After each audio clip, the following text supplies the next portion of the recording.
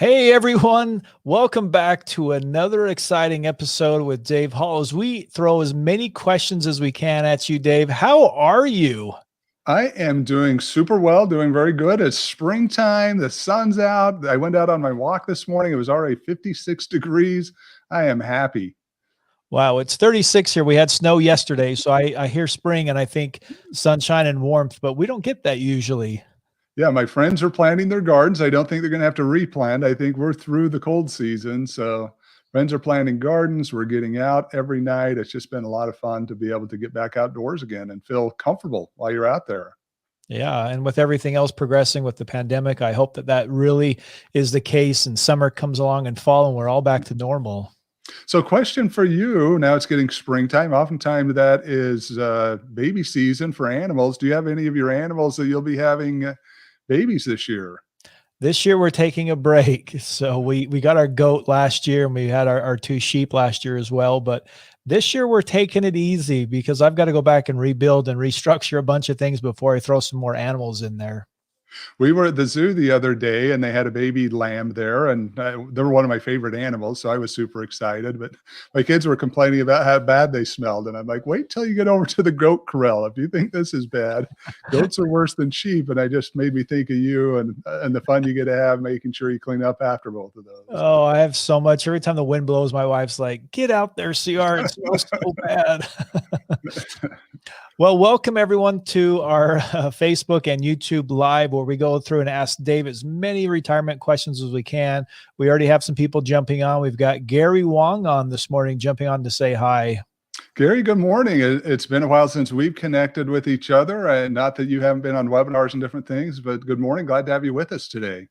So please let us know where you're watching from. We're so excited that you're here live with us as we go through and we just get to ask Dave all of these questions. And so please submit your questions. Let us know what questions you have.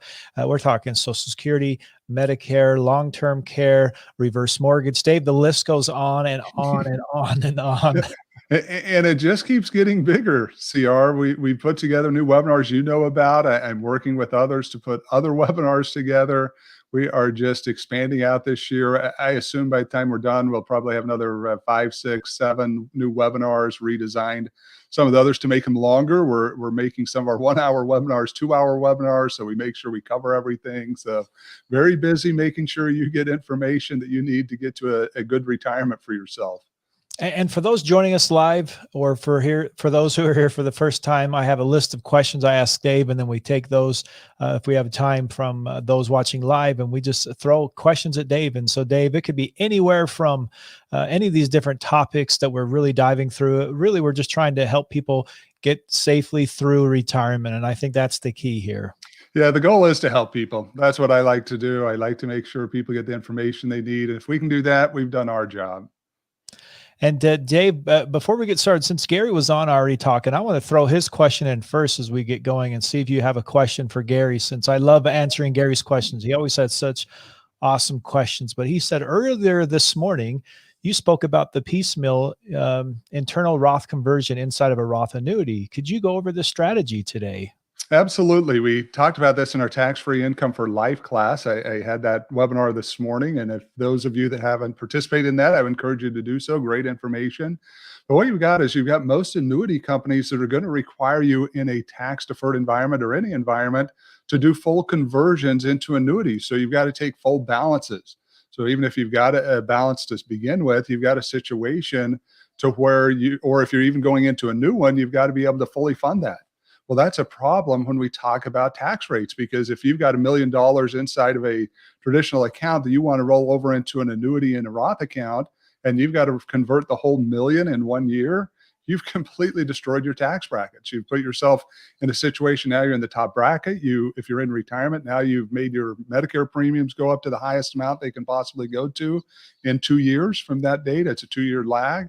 So you've created all kinds of issues. And so what these forward thinking companies have done is said, hey, we'll allow you to set up the annuity inside the Roth and slowly fund it. We'll allow you to do it over a number of years so that you're not having to put it all in at once and create this major tax issue, which then allows you to keep your taxes down, maybe in the 22 or 24% bracket, and yet still be able to convert into the annuity so you can get the tax-free income and the guaranteed income stream for life that's inflation adjusted. And Dave, I'm going to give kudos to Gary because he's doing it right. Not only does he jump onto your webinar and ask a question, but then he knows that we're here on Facebook Live. So he jumps over and gets his additional questions answered or gets a follow-up question, which that's exactly what these purposes are. So we can go through and answer these. So well done, Gary, but also those who are watching, don't forget about all of Dave's webinars that he has. I mean, we're continually adding more. And in fact, we've got 3 or 4 more that we're adding. And like you said at the beginning of the show, we're definitely changing those from 1 to 2 hours. And there's a lot of change that's happening within that structure. There absolutely is. So I've launched 2 new ones, I will tell you, that are going to be out there very soon. So I've submitted them on my end.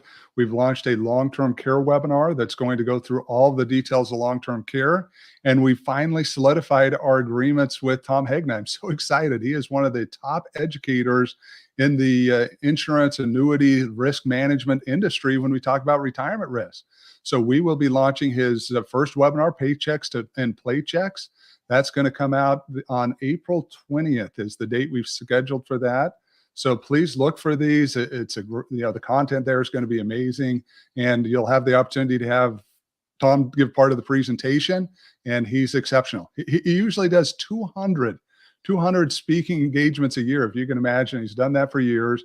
With COVID, obviously now most of it's done online, but he was doing 200 engagements per year. That's how popular he was and how committed he was to getting the information out there. That's awesome. Dave, also Gary asked a question that you were talking about the different companies you work with. And he said, you mentioned Allianz, Lincoln, Pacific Life, and one other company. What was that 4th company you mentioned? Gary, that's American Equity. That is the 4th company. Now, there may be others out there that I'm not aware of, but these are 4 companies that will allow you to do that internal Roth conversion. Great. We also have Jeff joining us all the way from Florida. I mean, how great is that? So we talk about spring. He's probably in the middle of summer right now where he's at. Yeah. They've had this bathing suits out for a month now. I guess they've got a ton of people. I don't know if where he lives, Jeff. I don't know if you're getting all these spring breakers, but it sounds like Florida's definitely had the majority of America there over the last couple of weeks. Yeah, don't get me wrong. I mean, in the 30s or 20s, I definitely would take Florida right now. Well, Dave, let's go over and start diving into some of the other questions that we have here. If I can move these comments along, my mouse doesn't always work because my fingers don't work. But Sue's asking, how much should I place into an LIRP at age 60? So there's no amount that we give as far as a defined amount saying, hey, it should be X dollars, it should be this. Now, when we look at it, let me answer this in 2 phases.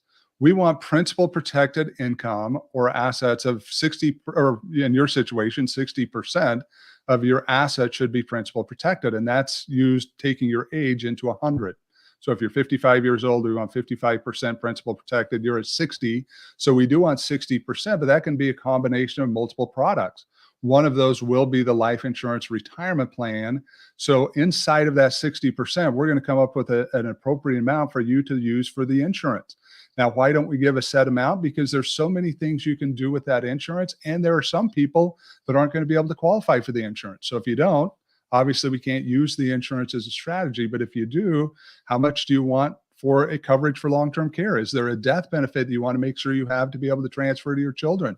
Is there an income stream you want to be able to pull out of there tax-free and be able to get those benefits? So that's all going to be taken into consideration with your income needs, the assets you have available, and your longevity. And once we put that together, then we can figure out what the right amount should be. But there's unfortunately no set number that we can just give you to say, put X dollars and that's going to solve all your problems. Dave, if we look at a life insurance retirement plan, we're going to age 60. Is there any risk of going that late versus starting earlier?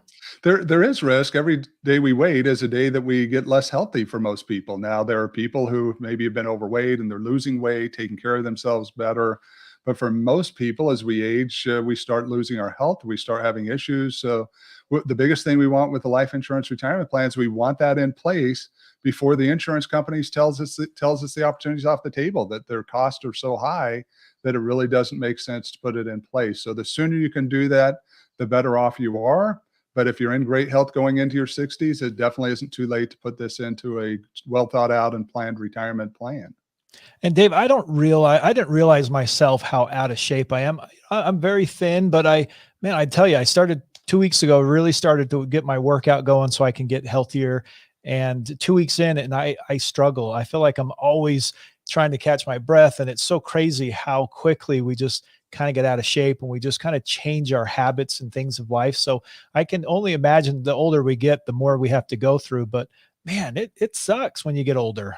It does, and it can be really hard. I was talking to one of my clients the other day, and we were going through talking about insurance. She wants insurance desperately, and she says, "Look, we've been turned down for years now. My husband's got some health issues. I've had some weight issues, and we continually get turned down. And it was hard to listen to.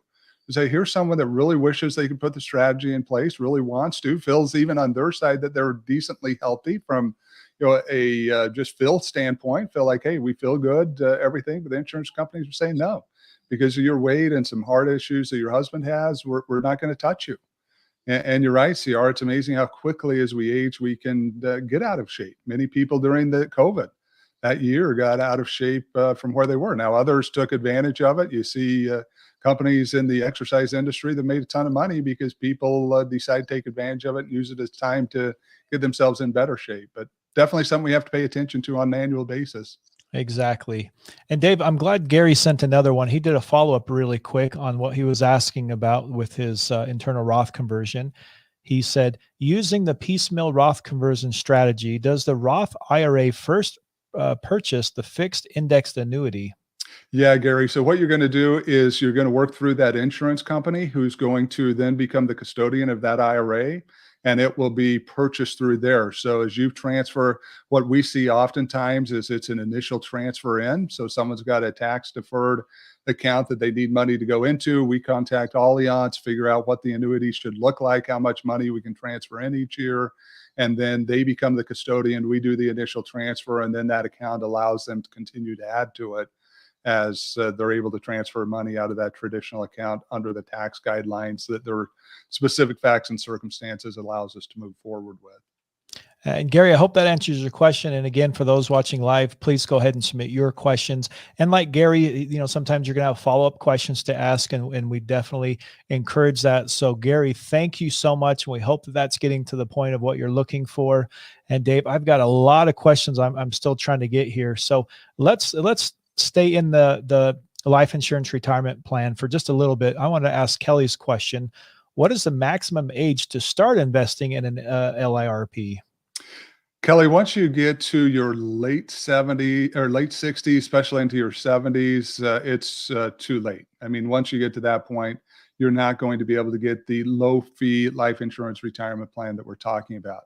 Now, when you look at kids, you may be able to do it for kids that are in their teens. You could actually do it for kids that are much younger than that. But you've got to look at what you're trying to accomplish. Some people will use these policies earlier in their life to be able to help cover things like college. You can take distributions out of there, maybe down payments for their home, like you would use other plans, maybe even how you'd use a 529 from the college perspective.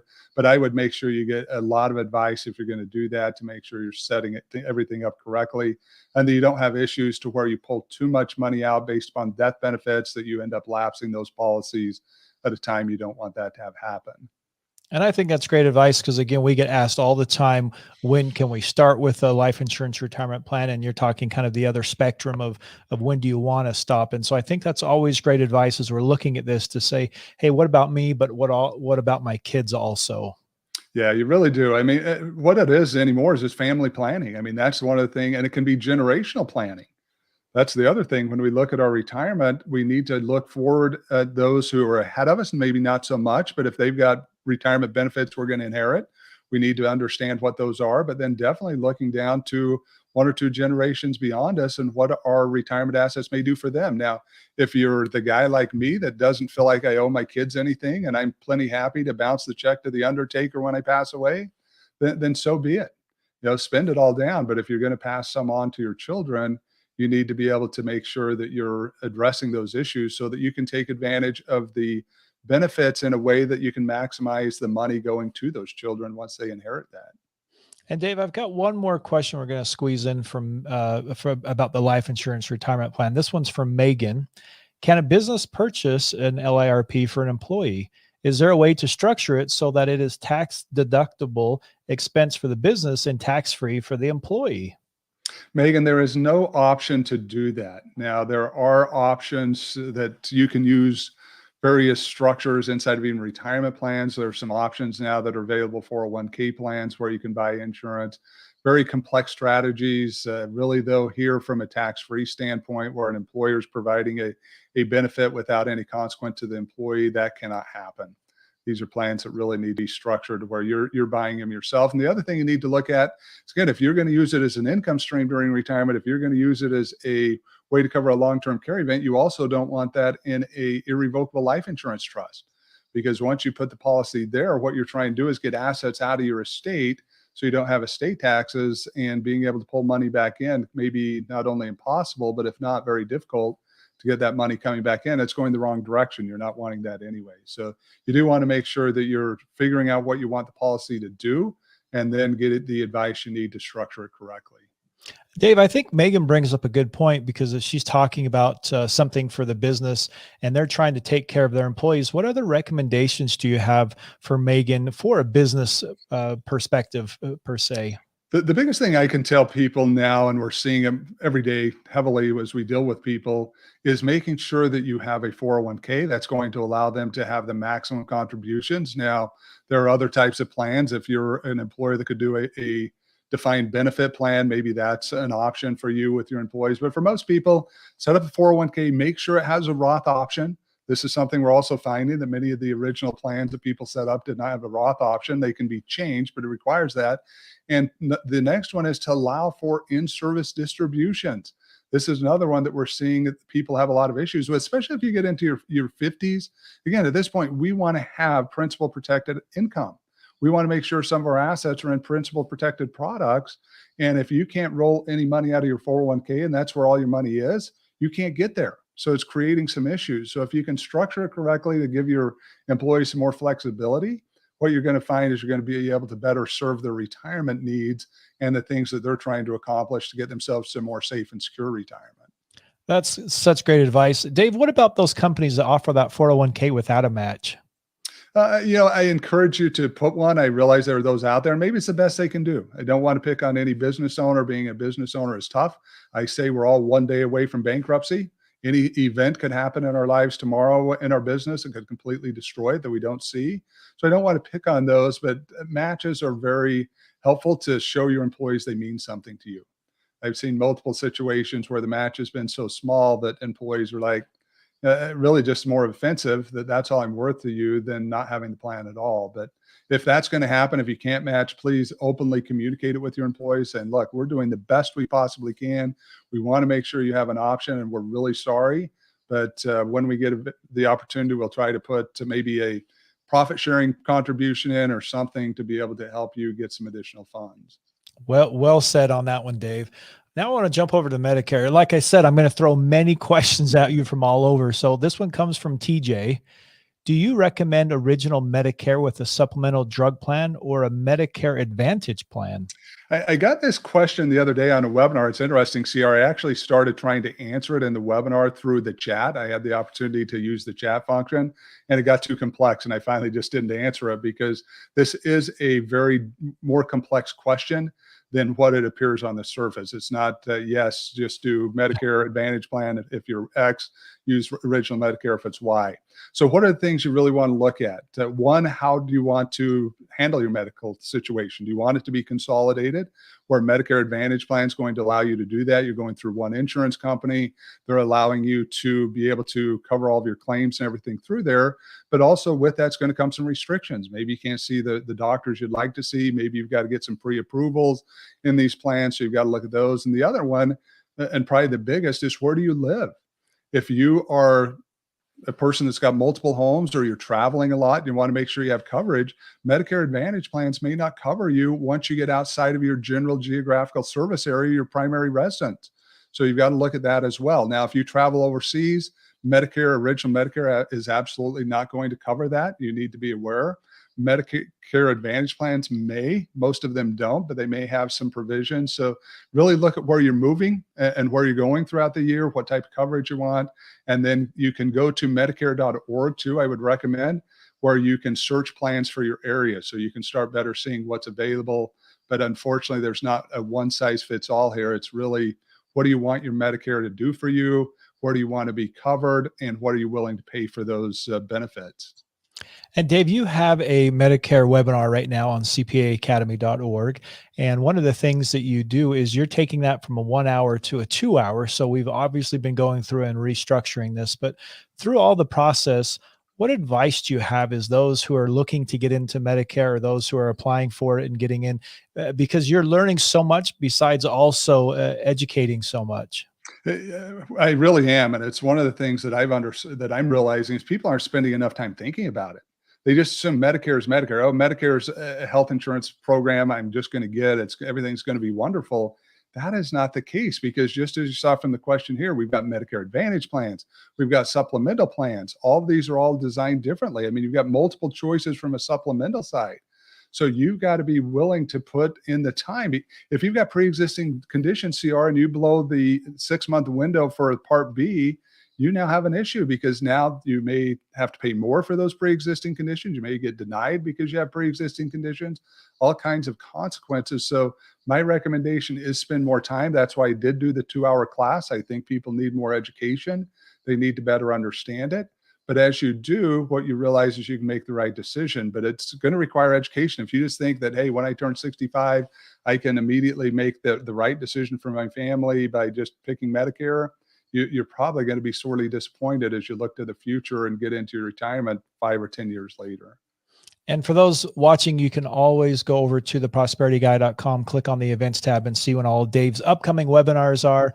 And again, I know that Medicare is coming up, and we also have a few others that will be coming that will be highlighting the new 2-hour course. And there's other courses, obviously, like you said, with long-term care and some others that are coming on. We're just really excited for Tom Hagna especially. So we're just really excited for those. The other thing too, I'll say about Medicare too, is you've got to be careful, because they do have periods where you can change. So you think, I make a bad decision, I can change. Well, you can change spouses too, but it's probably not good. It's not going to come without consequences.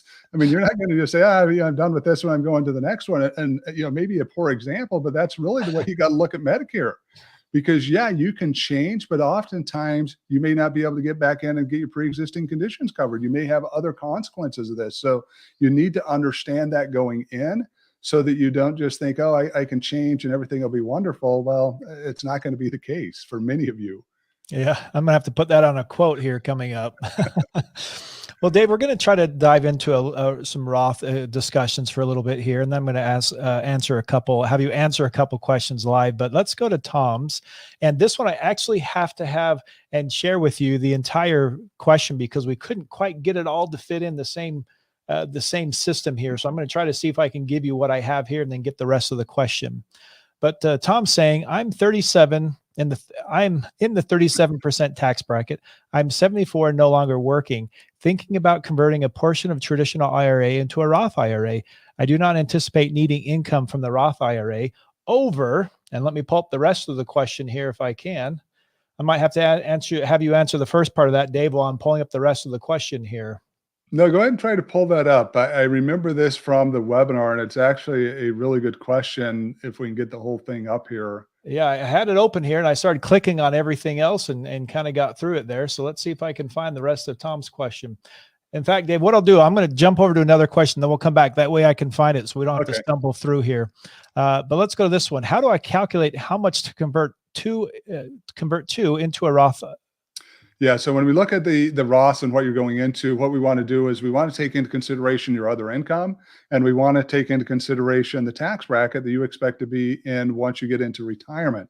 Now, obviously, we don't know what that bracket's going to be in the future. We know taxes are going up. We believe personally, and I very strongly believe that your taxes will never be lower. The brackets will never be lower than they are today. That as we look to the future and what we've got to spend.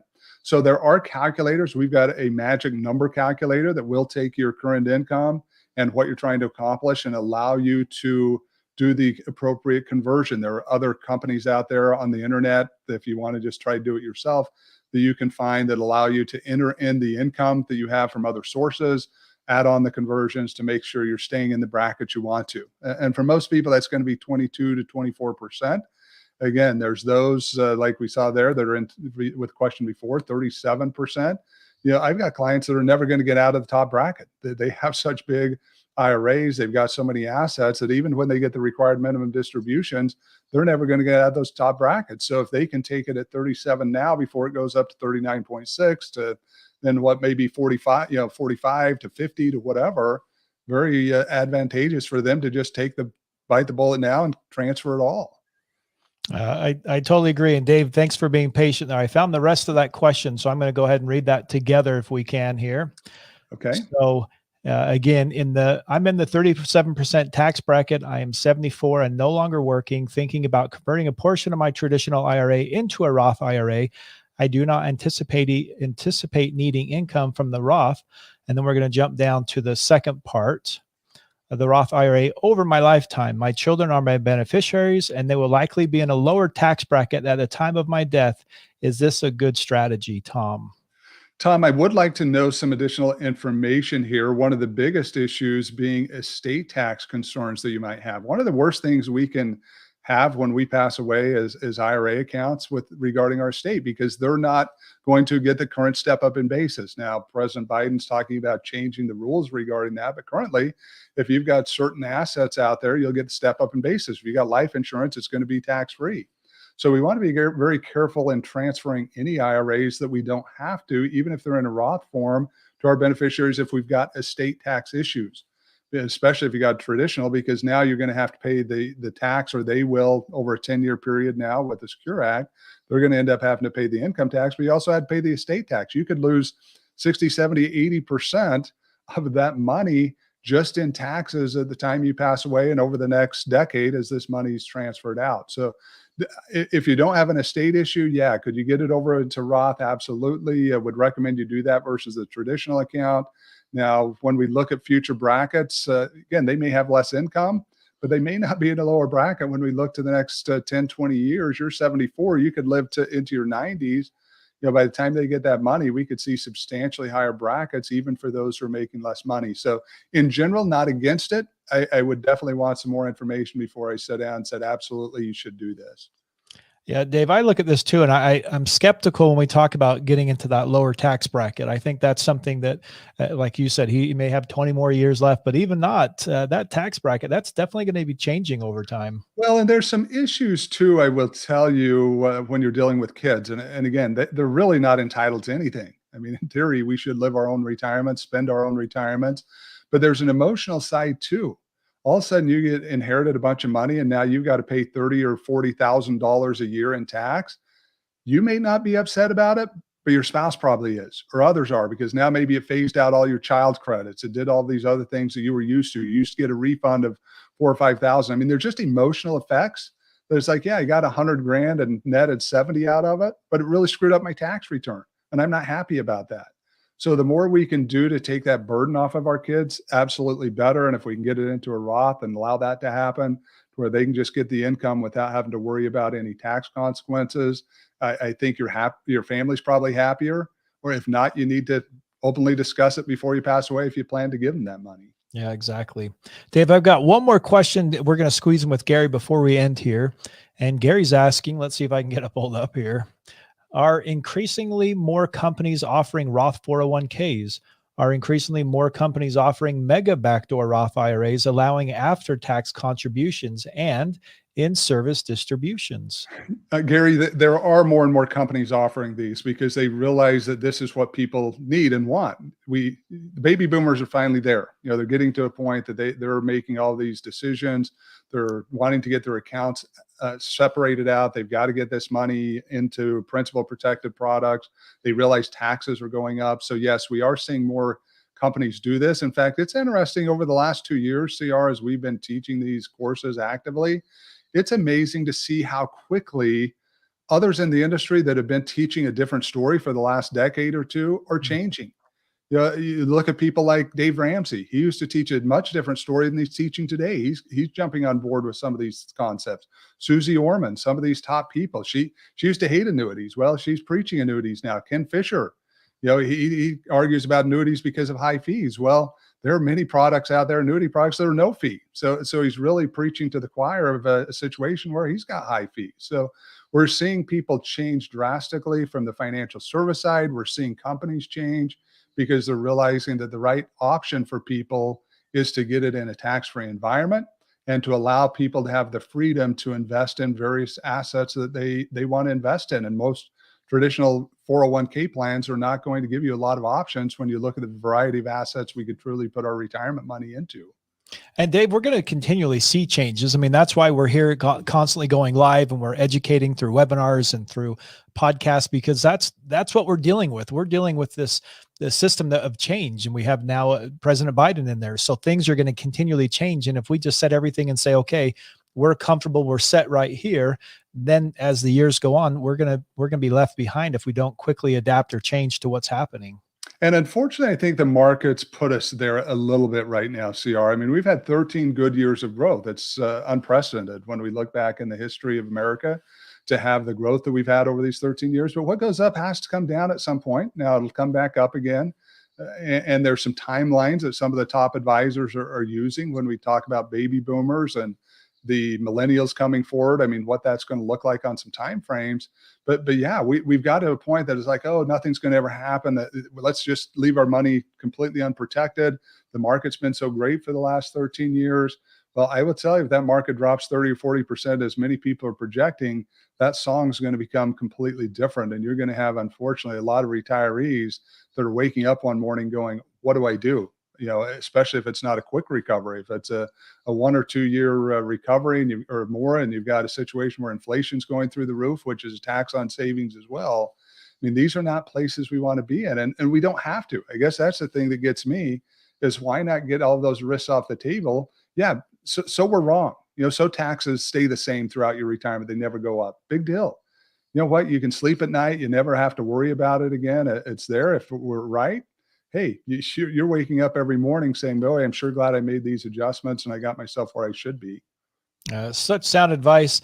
Dave, we are over time, but I appreciate you being here answering the questions that have been thrown out for myself and from those, especially from Gary, from so many great questions that he had. So thank you so much for your time and for just dealing with all of these questions we throw at you.